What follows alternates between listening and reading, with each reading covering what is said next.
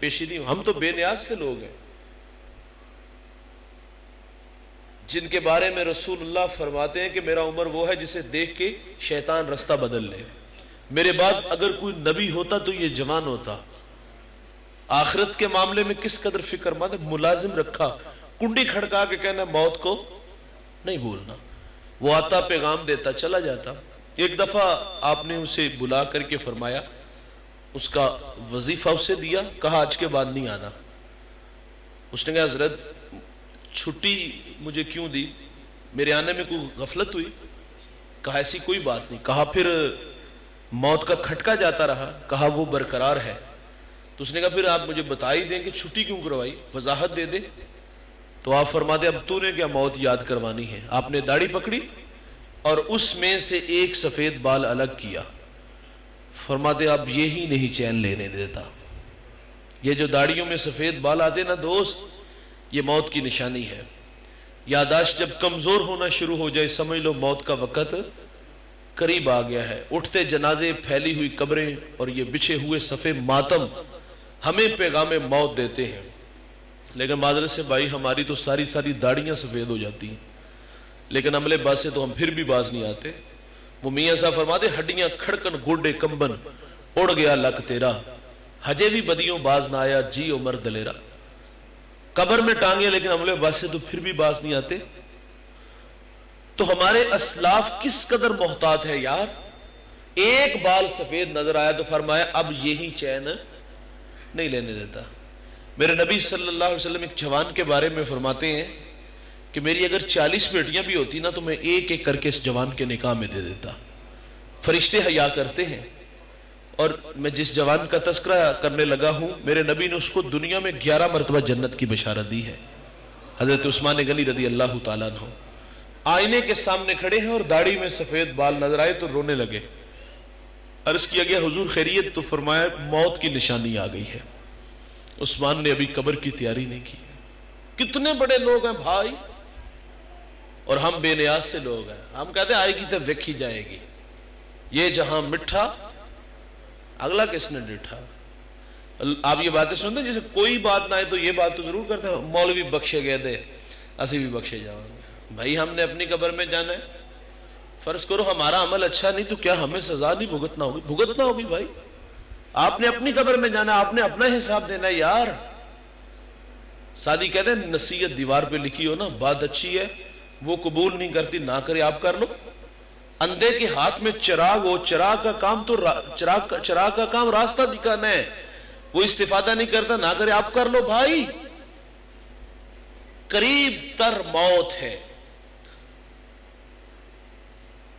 ہم نے اپنی آنکھوں سے ان کندھوں پہ بڑے بڑے کڑیل جوانوں کو مٹی کے نیچے چھوڑ کے آئے ہیں. حضرت غوث اعظم غالباً فرماتے ہیں کہ کبھی آپ فرماتے ہیں کہ غوث اعظم کا قول ہے, آپ فرماتے ہیں قبرستان جایا کرو اور جا کے دیکھو کہ کتنے کتنے حسینوں کی مٹی خراب ہو رہی ہے. جو بدن پر چٹکی پر مٹی رکھنا گوارا نہیں کرتے تھے آج من من مٹی کے نیچے ہیں. ہم نے جانا نہیں. ہم کتنے لوگوں کو چھوڑ گئے, یہ کندھے گواہ ہیں یار. ہمارے اپنے ہی گھر سے کتنے جنازے اٹھے, ہماری گلی محلے سے ہمارے رشتہ داروں میں کتنے لوگوں کے ہم نے جنازے اٹھائے, ان کندھوں پہ اٹھا کے قبر تک اتار کے آئے. کوئی گیا واپس آیا؟ کوئی نہیں آیا. ہم نے بھی نہیں آنا یار. قریب تر موت ہے. شہنائیاں بچ رہی تھی, ہم نے صفے ماتم بھی بچھتے دیکھے. تو اس شخص نے, سائل نے حضرت علی سے کہا میرا سوال پہلا ہے کہ قریب کیا ہے اور قریب تر کیا ہے؟ تو آپ نے فرمایا قریب قیامت ہے اور اس سے بھی قریب تر موت ہے. اس نے دوسرا سوال کیا, یہ ارشاد فرمائے عجیب کیا ہے اور عجیب تر کیا ہے؟ فرمایا عجیب دنیا ہے اور عجیب تر فرمایا دنیا کو طلب کرنا ہے. الدنیا سجن المومن و جنت الکافر. دنیا مومن کے لیے قید خانہ, کافر کے لیے یہ جنت ہے. دنیا مردار, اس کو چاہنے والے کتے. حضور شاہ نقشبند بخاری فرماتے جو دنیا کو محبت کی نظر سے دیکھے گا اللہ سینے سے تقوی کے نور کو کھینچ کے لے جائے گا. عجیب کیا ہے دنیا. اور آج رنڈی رونا ہی سارا دنیا کا ہے. صبح سے شام اور شام سے صبح تک دوڑ کس چیز کی ہے؟ دنیا کی ہے نا. 8 سے 18 گھنٹے محنت کس لیے ہے؟ دنیا کی ہی نا. ہمسائے کے گھر سے بڑا گھر چاہ رہے ہیں, ہمسائے کے گھر میں کھڑی گاڑی سے بڑی گاڑی چاہ رہے ہیں, فیکٹریوں میں پردیس کے دھکے بھی کھاتے رہے, دنیا بناتے بناتے خواب دیکھتے دیکھتے قبر میں چلے گئے. اور آخرت کے لیے محنت ہے بے نیازی. میں نے ابھی جو باتیں کی نا کہ یہ جہاں مٹھا اگلا کس نے ڈٹھا, آخرت کے معاملے میں تو ہم بے نیاز سے لوگ ہیں. اور ہم اپنے بچوں کو اگر کبھی موقع ملے نصیحت وصیت کرنے کا تو کیا ہوتا ہے؟ یہی ہوتا ہے نا, تیرے چاچے دا پتر کتھوں نہ کتھے چلا گیا, تو نکمے آج بھی اتھے کھلوتا ہے. بھائی انہیں کماؤ, کمانے کی ترغیب دلاؤ, لیکن آخرت کا بھی تو درد دو, اسے سجدوں کی بھی تو عادت ڈالو.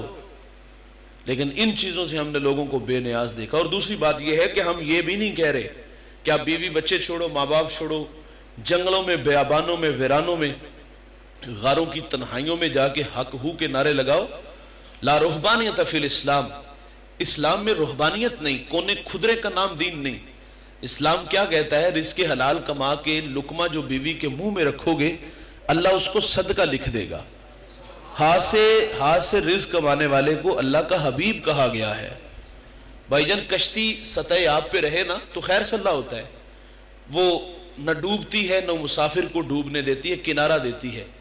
اگر کشتی میں پانی آ جائے تو کیا ہوگا؟ کشتی خود بھی ڈوبے گی اور مسافر کو بھی لے ڈوبے گی. دنیا میں بھائی جان اس طرح رہا کرو جس طرح کشتی پانی کے اوپر ہے. خیر صلی اللہ, کشتی میں پانی آیا, بیڑا غرق ہوا, اور اگر ہمارے اندر دنیا آ گئی, جینا مرنا ہی دنیا کے لیے ہوا, تو جس طرح کشتی کے پلے کچھ نہیں نہ بچا تھا, ہمارے پلے بھی کچھ نہیں بچے گا. حضور شاہ نقشبند بخاری فرماتے میں نے ایک شخص کو منا کی وادی میں 70,000 دراہم کا کاروبار کرتے دیکھا. دل میں خیال آیا کہ بہت بڑا دنیا دار ہوگا, لیکن فرماتے جب دل کے آئینے پہ نظر پڑی تو اس کا دل ایک لمحے کے لیے بھی خدا کی یاد سے غافل نہیں تھا. ہاتھ کار والتے دل یار وا. اللہ کرے ساڑی آئندی کیفیت بن جائے. عجیب دنیا ہے بھائی جان, عجیب تر دنیا کو طلب کرنا ہے. سائل کا تیسرا سوال, اس نے کہا یہ ارشاد فرمائے واجب کیا ہے اور واجب تر کیا ہے؟ فرمائے واجب توبہ ہے اور واجب تر فرمائے گناہوں سے بچنا ہے. جب گناہ ہوتا ہے نا تو دل کا آئینہ دھندلا ہو جاتا ہے. جب گناہ پہ گناہ ہو تو دل سیاہ ہو جاتا ہے, اور جب دل سیاہ ہو جائے تو پھر گناہ کرتے ہوئے بھی شرم نہیں آتی. یہ آپ دیکھتے اکثر جوان بڑے فخر سے کہتے ہیں دوست کی دعوت پہ گیا تو اس نے ڈرموں میں شراب ڈالی تھی اور ہم نے مٹکے بھر بھر کے پی.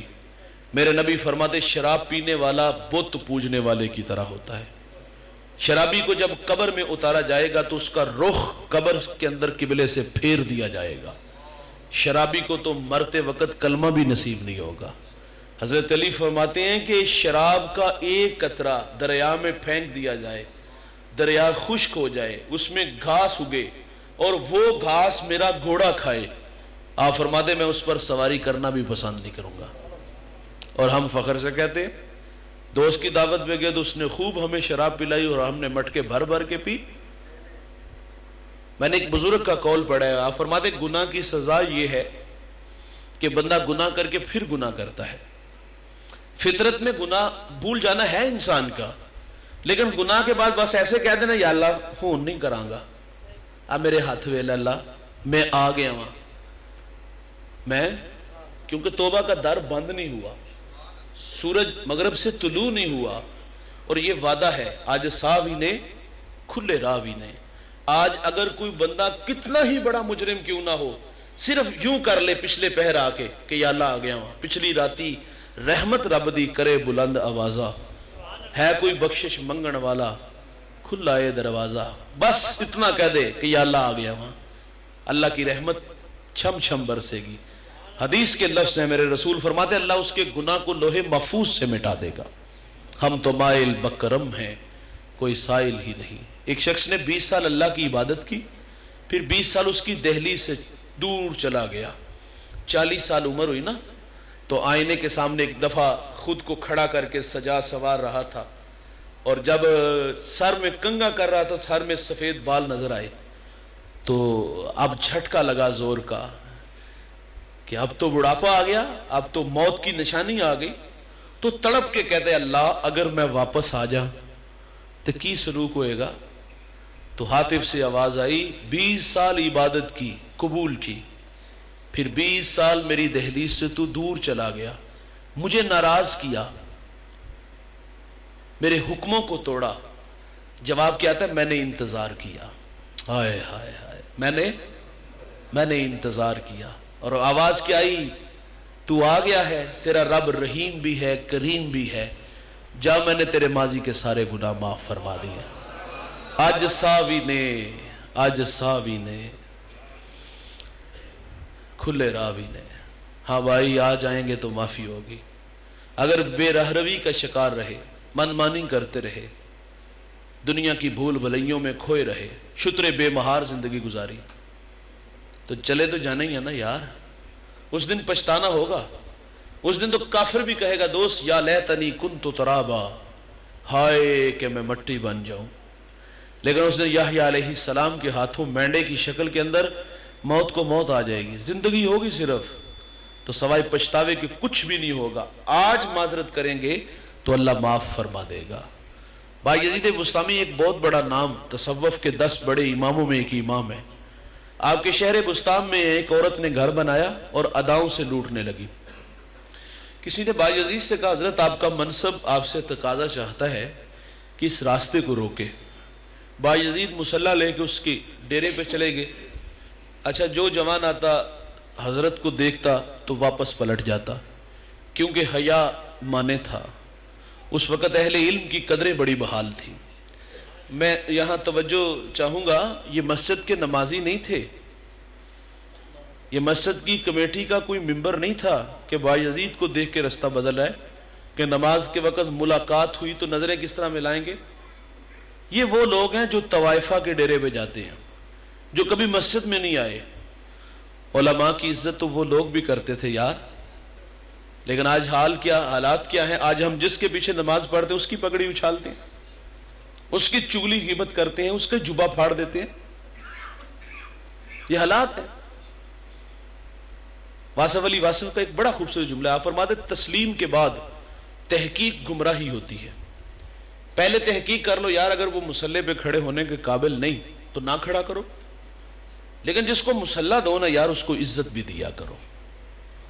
ہم نے عزت خاک دینی، لاتے تو حضرت صاحب بنا کے ہیں، پورے پروٹوکول سے لاتے ہیں، اور ہم اپنا ٹیسٹ بھی تو چینج کرتے رہتے ہیں نا۔ 6 ماہ، سال، 2 سال، 3 سال ہم رکھتے ہیں، اس کے بعد ہم کہتے ہیں یار انہیں نماز ہی بھولتا بڑا ہے، یہ چھٹیاں بڑیاں کرتا ہے۔ چھٹی کیا کرتا ہے بیچارہ، اس کے رشتے کوئی نہیں، اس کے ملنے والے کو نہیں، وہ سب کچھ مار کے آیا ہے۔ جس طرح ہمارے ساتھ جڑے ہوئے رشتے ہیں، کیا اس کے کوئی رشتے نہیں ہیں؟ وہ تو ایک چھٹی کر لے تو 3 دن پہلے پلاننگ ہم کر لیتے ہیں، اس کو فارغ کرنا ہے، اور 3 دن کے اندر اندر ہم پہلے ایک نیا علامہ صاحب ڈھونڈتے ہیں، اور جس کو ہم پلکوں میں بٹھایا تھا، جس کو ہم بڑی عقیدت سے لائے تھے، مصلی پہ کھڑا کیا تھا، جس کے ہم ہاتھ چومتے رہے، اور اس شخص کو جب ہم فارغ کرتے تو کس طرح رسوا کر کے کرتے؟ یہ آنکھیں اٹھا کے ادھر لے آتے ہیں، مولوی صاحب رات تک اپنا بوری بستر گول کرو اور اللہ دی سپرد ہو۔ غلطی کیا ہے بھائی؟ جرم کیا ہے یار اس کا کہ اس نے اذان خود نہیں پڑھی، صفے نہیں بچھائی، اور یہ اذان سے پہلے اذان کے بعد آ کر کے یہ نماز کے لیے ادھر کیوں نہیں کھڑا ہوا؟ سنتے بھی یہاں پڑھے، جماعت کے ساتھ نماز پڑھ کے پھر بقیہ نماز بھی پڑھے، اور اس کے بعد مولوی صاحب کا حق ہے کہ 10 منٹ وہاں بیٹھے، کسی بندے نے کوئی مسئلہ پوچھنا ہو تو پھر اس کے بعد جب آخری بندہ تک نہیں جاتا اس وقت تک امام کو وہاں بیٹھے رہنا چاہیے۔ یار یہ کیسی شرائط ہم نے رکھی ہوئی ہیں؟ اچھا یہ بھی ہم نے دیکھا ہے، اگر امام فرض پڑھ کے حجرے میں چلا جائے نا تو ہم اپنے امام کے بارے میں بدگمان ہو جاتے ہیں، ہم کہتے ہیں اس نے بقیہ نماز ہی نہیں پڑھی ہوگی۔ فقہ کا مسئلہ ہے، اگر دل میں اتنی بات آ جائے نا کہ میرے کپڑے امام کے کپڑوں سے اچھے ہیں، بھائی جان نماز ہی نہیں ہوتی۔ جس کو مصلی دو بھائی اس کو عزت دو، پہلے تحقیق کرو، اگر وہ نہیں کھڑے ہونے کے قابل تو نہ کھڑا کرو، لیکن جس کو مصلی پہ کھڑا کرو نا وہ کمی نہیں ہمارا، وہ آپ کا امام ہے، اور امام کی قدریں اللہ نے بڑی بتائی ہوئی ہیں، امت کے بہترین لوگوں میں اس کا شمار ہوتا ہے۔ خیار امتی العلماء، فرمایا میری امت کے بہترین لوگ علماء ہیں، اور ان کے بارے میں تو رسول اللہ فرماتے سمندر کی مچھلیاں بھی دعا کرتی ہیں، اور ہم نے امام کو 11واں کمی سمجھا ہوا ہے، اور جو منہ میں آیا وہ کہہ دیا۔ میرے پاس ہمارے ایک بیٹا تھا، اس کو فارغ کر دیا کہ میں نے کہا خیریت، تو وہ کہتا کہ میں نے صرف اتنا کہا ہے کہ آپ چھٹیاں بڑی کرتے ہیں تو اپنے بزرگوں کو ساتھ، والد کو ساتھ لے کے آنا، اگر والد صاحب کو نہیں لے کے آئیں گے تو میں آپ کو کلاس میں نہیں بٹھاؤں گا۔ وہ کہتے ہیں اگلے دن اس کا والد آیا اور اس نے کہا تیرے پیو دی مسجد ہے؟ یار یہ لہجے ہیں، اور تم نے 2 اینٹیں ادھر لگا دی، 2 پنکھے لگا دیے، تم خدا کے گھر کے بھی مالک بن گئے۔ وہ کہتے تیرے پیو دی مسجد ہے، شام تک اپنا بوری بستر چوک اور اللہ دی سپرد دو۔ یہ تو ہمارے رویے ہیں۔ جو امت کے بہترین لوگ ہیں، جس کو میرے رسول بہتر فرما رہے ہیں، اور ان کے ساتھ ہمارا سلوک کیا ہے؟ خیر میں بات بایزید کے کر رہا تھا، بات کہاں سے کہاں آ گئی۔ تو بایزید بستامی کو دیکھ کر مسجد کے نمازی نہیں، مسجد کی کمیٹی کا کوئی ممبر نہیں، بلکہ یہ وہ لوگ ہیں جو کبھی مسجد میں گئے نہیں، آپ کو دیکھ کے رستہ بدل رہے ہیں۔ اس خاتون نے اپنی ملازمہ کو کہا نیچے دیکھو، آج کوئی آشنا نہیں آیا۔ نیچے دیکھا تو بایزید، اس نے کہا نیچے مولوی صاحب ہیں۔ وہ جذباتی ہوگی، اس نے کہا جب مولوی صاحب سے کہو کہ اللہ اللہ کرنی ہے مسجد میں کرو، یہ ہمارا دھندا ہے، کاروبار ہے۔ بایزید نے جو اس کا بنا اس کی ہتھیلی پہ رکھا، فرمایا جو کہوں گا کروں گی۔ اچھا اس نے یہ نہیں کہا حضرت آپ کا شہر بستان میں ایک بہت بڑا نام ہے اور آپ کی ذات سے ہزاروں لوگ متاثر ہیں، آپ کے پیچھے بہت سارے لوگ کھڑے ہیں، مانا کہ ہم گناہ گار ہیں لیکن اتنے بھی گئے گزرے نہیں کہ ہمیں اس بات کا احساس نہ ہو کہ آپ کی ذات سے جڑے ہوئے کتنے لوگ جو ہے وہ دین سے دور ہو جائیں گے۔ گناہ گار ضرور ہے لیکن اس قدر بھی گئے گزرے نہیں، جائیے اور اپنا دامن بچائیے۔ چٹی چادر پھمنا والی داغ نہ لامی جنیا، حشر دیاڑے پھر نہ کی حال ربا کی بنیا۔ اس نے یہ نہیں کہا کہ حضرت جائیے، بلکہ وہ تو کام کرتی تھی پیسے کے لیے، کوئی صوفی آئے کوئی گناہ گار آئے، اس نے پیسے لیے، کہا جو کہوں گا کرو گی؟ کہا ہاں کروں گی۔ آپ نے لباس دیا، فرمایا بیٹا جاؤ غسل کر کے یہ حیا والا لباس پہن کے آؤ۔ وہ لباس پہن کے آئی، اس کو پھر مصلی پہ کھڑا کیا اور اس کی پیشانی اللہ کے حضور جھکا دی، اور بایزید رونے لگے، کہتے یا اللہ یہاں تک لانا بایزید کا کام تھا، آگے دل کی دنیا کا بدلنا اللہ تیرے ہاتھ میں ہے۔ سجدے سے سر اٹھاتی ہے وقت کی ولیہ بن جاتی ہے، اور پھر اس کی نسل سے 90 ولی پیدا ہوئے۔ آج صحابی نے کھلے راوی نے، بھائی جان آج اللہ کا منادی پکارتا ہے 5 وقت، آج 33% نمبر لینے کے جذبے پیدا کر لو۔ گناہ کا ہو جانا ممکن ہے لیکن معذرت بھی تو کرنی چاہیے نا۔ تو سائل کا آخری سوال اور گفتگو سمیٹ لیتے ہیں۔ اس نے کہا یہ ارشاد فرمائیں مشکل کیا ہے اور مشکل تر کیا ہے؟ مشکل ہے قبر میں اترنا، اور مشکل تر فرمایا بغیر اعمال کے اترنا ہے۔ قبر کے معاملے بڑے ڈاڈے ہیں۔ عثمان غنی رضی اللہ تعالیٰ عنہ کانپ جاتے تھے۔ کسی نے کہا جہنم پہ یہ کیفیت نہیں، تو آپ فرماتے پہلی منزل ہی قبر ہے، اگر یہاں سے نجات نہ ہوئی تو باقی معاملے بات کیے ہیں۔ قبر کو جنت کا باغ کہا، میرے نبی نے قبر کو جہنم کا گڑھا کہا۔ القبر بیت الدیان، اس کو کیڑوں کا گھر بھی کہا۔ فرمایا اگر کوہ ابو قبیس کی چھاتی کو قبر کا کیڑا ڈنگ مارے، یہ کوہ ابو قبیس بالکل بیت اللہ کے سامنے پہاڑ ہے جس پہ آج بادشاہوں کے گھر بنے ہوئے اور کافی بڑا پہاڑ ہے۔ فرمایا قبر کا کیڑا اگر اس پہاڑ کو ڈنگ مارے تو فرمایا وہ ریزہ ریزہ ہو جائے، اور وہ کس پہ مسلط ہوگا؟ جس کا دامن عمل سے خالی ہوگا۔ افسانہ نہیں سنا رہا، ایسا ہوگا، بھگتنا پڑے گا۔ آنکھیں بند کر دیں گے، کانوں میں انگلیاں ٹھونس لیں گے، بے نیاز ہو جائیں گے تو کیا قیامت نہیں آئے گی؟ قبر کی سختیوں کا سامنا نہیں کرنا پڑے گا؟ کرنا پڑے گا بھائی، اس امتحان گاہ سے گزرنا پڑے گا۔ مشکل ہے قبر میں اترنا، اور جو اس سے بھی مشکل ہے وہ اعمال کے بغیر اترنا ہے۔